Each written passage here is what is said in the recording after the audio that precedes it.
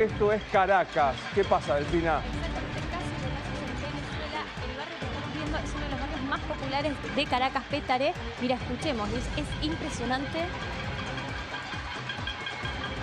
El reclamo es contundente. Y esto además se extiende a otros barrios de Caracas. Lo que me dicen es que se extiende a otras zonas como Caricuao y El Valle. Esto es lo que está sucediendo ahora después de una jornada de protestas en las calles. Lo veíamos anoche, ¿no? Muchos ciudadanos acercándose a los centros de votación en reclamos para que se respete el proceso electoral y también, bueno, en pedido de las famosas actas. Esto fue a pedido de la oposición que instó a la ciudadanía a acercarse a los centros de votación. Hoy lunes. Y ahí escuchamos... La gente no está de acuerdo con Mirá. Maduro. Esto está feo, está feo. Bueno, quiero sumarlo a Alejandro gente está Corbacho, recha, que ha tenido la está gentileza de venir aquí, es analista internacional. Alejandro, ¿cómo le va? Gracias por estar con nosotros. Gracias por la invitación. Buenas tardes. Deme primero una mirada macro de lo que pasó ayer. Bueno, ayer hubo una elección crucial en la cual se ponía en juego la continuidad del régimen del chavista, Castro chavista últimamente, ¿no? Y o el camino hacia una transición a otro tipo de régimen. Las elecciones, el problema es que las elecciones no es que son competitivas, sino que fue muy discutida, muy peleada. Las elecciones, para que uno piense que son democráticas, tienen que ser transparentes, libres. Y el gobierno, digamos, a lo largo de todo este periodo dificultó enormemente la tarea de la oposición. O sea, hizo mucho más difícil y recurrió a una serie de tretas y trucos para embarrar las elecciones, ¿no? Lo que ha ocurrido ahora, y al mismo tiempo había una expectativa elevadísima por parte de la oposición y del resto y de muchos países del mundo de que iban a ganar por un número de casi, estamos hablando de un 70%. Eso no ocurre. El gobierno, luego de amenazar de que hay que tener cuidado porque si no va a haber un baño de sangre, termina ganando con un 51% contra un 44%. ¿Termina ganando? No, dije, termina declarándose, gracias, termina en FIFA, que no me malinterprete, termina declarándose ganador. Claro. La Comisión Nacional Electoral, que no es un organismo independiente que juzga o controla las elecciones, no tiene fama ni tiene historia de ser un organismo independiente, declara ganador al oficialismo. Esto es lo que ahora está pasando. Ahora lo que se está discutiendo para el gobierno ya está ganado, para los países amigos de Venezuela el tema está zanjado. Que son Nicaragua, Rusia... A los países amigos, Cuba, Rusia, Bolivia. China, Cuba. claro, en la región, Cuba, Nicaragua, Bolivia, Honduras o Guatemala. Y después, y fuera de la región, bueno, China y Rusia, Corea del Norte también van a estar seguramente de acuerdo y contentos. Irán también. Esos son los países, digamos, que es la constelación de apoyos. Del otro lado, obviamente no, pero lo más interesante es que no tanto de la expectativa de Argentina o de Estados Unidos, sino que el caso de Colombia y Chile, que son dos gobiernos de izquierda, plantean una división importante. Sí, de hecho Boric ayer fue Boric, uno de los exactamente el mandatarios primero, que se y proclamó. mismo el ministro de Relaciones Exteriores de Colombia ha expresado que no van a decir nada hasta no ver que se cumpla verdaderamente la voluntad popular, que significa ver los resultados electorales, las Usted ve, boletas Alejandro, electorales. en el devenir, supongamos que la situación se cristaliza así. Maduro dice, la Comisión Nacional Electoral Sí. me consagró presidente, soy presidente, la oposición lo desconoce. Esto que hasta ahora es una protesta pacífica, un cacerolazo, ¿lo ve en condiciones de escalar con intervención de las fuerzas de seguridad? Puede ser que esto escale. O sea, el camino que tiene ahora Maduro son dos. Uno, establecer una cierta dictadura blanda, o sea, un gobierno autoritario más blando, más benigno en muchas cosas. Previo, por supuesto, que va a haber una purga. Si es que queda como ganador, va a haber una purga interna de aquellos tibios que van a ser expulsados rápidamente. Por otro lado, un modelo más hacia Nicaragua o hacia Cuba, mucho más extremo, mucho más represivo, ¿sí? Y cualquiera de esos dos escenarios va a requerir, y es algo que sostiene a Maduro, al chavismo, que es las Fuerzas Armadas. Entonces, para esto van a tener que utilizar la represión de las Fuerzas Armadas, de la Guardia Nacional Bolivariana, que es el instrumento especial, y de grupos parapoliciales o los colectivos armados. ¿Están todos alineados? Digo, ¿las Fuerzas Armadas es hoy homogéneo o hay interna? Bueno, esto es lo que cuando hablábamos de los tibios, es que hay una discusión, no queda del todo claro. Hasta ahora el régimen funciona porque fue apoyado por las Fuerzas Armadas, que por supuesto participan, sus líderes participan de las ventajas del régimen, pero no tengo información de internamente cómo están alineados. Pero esa sería una salida, es que desde adentro se lo pueda sacar, que implosione. ¿Cuáles son los elementos por los cuales desconfías de la transparencia del proceso? Bueno, yo creo que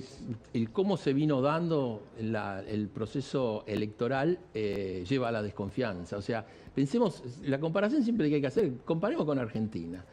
Los candidatos opositores son cuestionados, son eliminados y sacados de las listas, como algo normal. En el caso de Venezuela, en la Argentina no.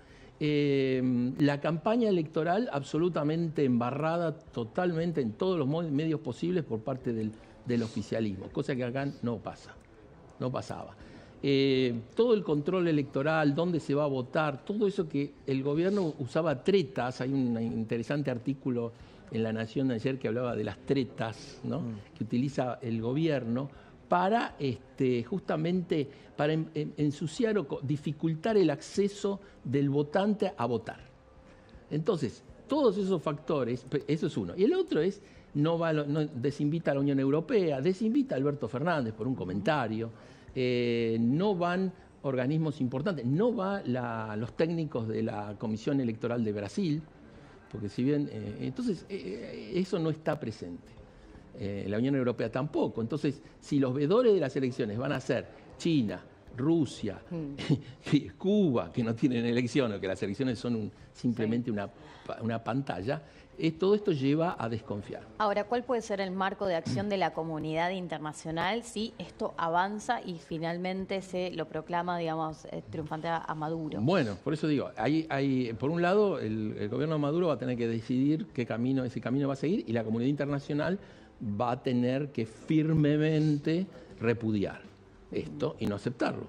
El problema que usted tiene en el caso de España, que podría ser un apoyo importante, tiene al expresidente de España que está yendo a apoyar al Pero digo, chavismo, en acciones concretas, ¿qué es lo que puede hacer? Digamos, seguir con las sanciones, básicamente es eso, o hay otro tipo de marco de Yo acción. creo que a esta altura las sanciones no tienen efecto y hacen sufrir a la gente, digamos, ¿no? Me parece que lo mismo ha ocurrido con Cuba históricamente. Bueno, Nicaragua lo mismo, ¿no? En línea lo que dice Delfina, me escribe el Negrito Oro, a quien le mandamos un beso, me dice, la OEA, supongamos que logre reunirse, supongamos que obtenga una condena. A la hora de la concreción, digo, este es el problema de los organismos multilaterales, no tienen forma de hacerlo aplicar. Claro, el problema es que ¿quién te apoya? Si Maduro tiene el respaldo de China y Rusia, ¿quién le pone el cascabel al gato? Es lo mismo que Cuba, digo, no lo han invadido, los acuerdos de octubre del 62, no hubo intento de asesinato. Bueno, ¿qué es lo que va a pasar? Bueno, van a seguir flotando. Pero la esperanza. Hay una esperanza. Esta situación no es como las anteriores. O sea, la represión que imponga el gobierno, las persecuciones o todo lo que haga está mucho más visto y está justamente en un contexto. Tenemos la guerra tenemos el Medio Oriente y tenemos sobre todo Rusia y Ucrania para Europa. En ese contexto, en el cual las democracias se ven amenazadas, no es lo mismo. No es lo mismo. Hace unos años esto era un juego divertido de una izquierda siglo XXI que parecía más, no tan represiva, sino simpática. Y pensemos en los locales. Yo creo que muchos de la delegación argentina que fue graciosamente a visitar la Madre de Plaza de Mayo, a apoyar al gobierno de Maduro, realmente si uno lo contrasta eso con ¿cómo harían ellos si esto pasara en la Argentina? Claro. Eso sería absolutamente inadmisible. Entonces, en ese caso el relato se cae. Pero bueno, no hay peor ciego que el que no quiere ver. Sé que es incorrecta la pregunta, pero tomémoslo en términos metafóricos. ¿Siente que Venezuela se encamina más hacia Cuba o siente que va a respetar todavía un proceso institucional más democrático? No sé cómo decirlo. Mire, si me pregunta, los países se juzgan por la trayectoria, lo que han hecho y lo que hacen, y los gobiernos también. Hay teoría escrita sobre eso. En general, el gobierno de Maduro ya desconoció elecciones, ya hizo fraude, lo raro era que no lo hiciera, digamos, ¿no? Pero ante la presión había una expectativa y ante finalmente ciertas concesiones había expectativa. Yo creo que van a elegir el camino de mayor represión, van a intentar la autonomía, la autarquía, digamos, entre comillas, la idea de ser víctimas, obviamente, eso se sienten víctimas. Digo, el hecho de que el presidente Fernández, y esto hay que decirlo, diga que la condición, el problema económico de Venezuela es por el brutal bloqueo, es una burla.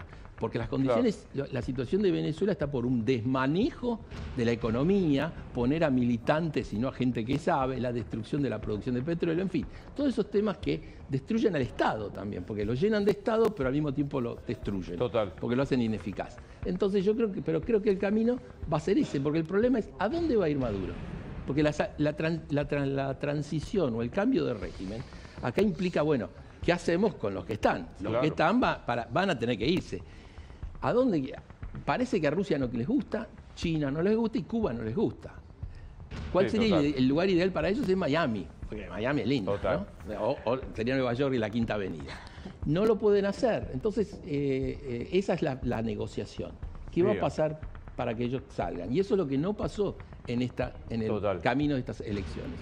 Nadie sabía dónde podían ir. Gracias por venir. Un Gracias placer por la conocerlo, invitación. Gracias por estar con nosotros. Son las 2:15. ¿Cómo estamos con el